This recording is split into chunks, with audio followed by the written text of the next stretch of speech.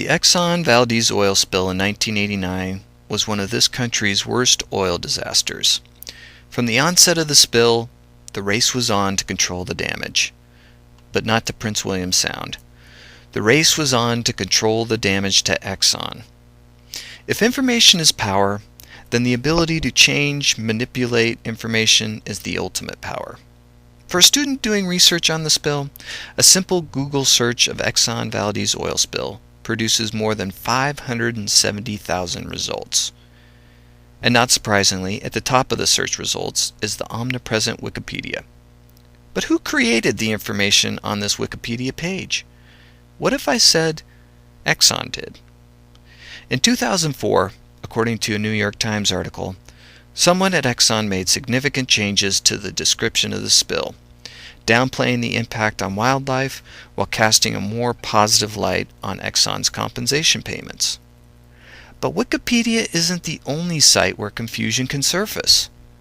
What about information from organizations like the Brookings Institute or the Cato Institute? The information comes across as authoritative and well-sourced. But the problem is, many of these types of think tanks are nothing more than private organizations that hold political or ideological biases, with much of their research focused on promoting a particular agenda.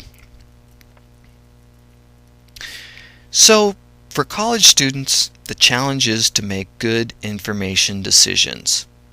But how do they know what a good information decision is? Where do they learn information literacy? Is it something, once they get to college, they should just inherently know?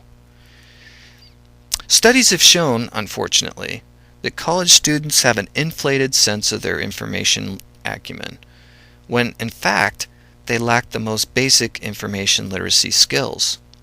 A problem that arises is that many students use a simple Google search for the majority of their informational gathering, most never venturing past the first page of results. What this demonstrates is a lack of good information literacy decisions by students, making decisions based on convenience and an unhealthy belief that Google puts the best sources first. Another issue is that students only use a small part of the web when doing a Google-like search. The deep web, which is not searched by traditional search engines like Google, offers another area of exploration that some estimate is larger than the visible web. Search engines like InfoMine can help search these dark corners. But who's letting students know about these kinds of resources? And what about the dozens of academic databases available at most college libraries that cover peer-reviewed journal articles? Who's giving students the step-by-step tour of these resources? Well, that's easy. Librarians. But here is the problem. A recent study done by a group of Illinois universities showed college students had little knowledge of what a librarian did, or even how a librarian could help them with their academic work. Okay, so why is this important? Well, for one, studies have shown a direct link between good information literacy skills in students and good academic performance, as well as improved student retention rates. And the key to improving student information literacy is maximizing the talents and resources of the academic librarian. And this can take the form of information literacy classes taught by librarians in conjunction with various academic departments and, particularly important, faculty.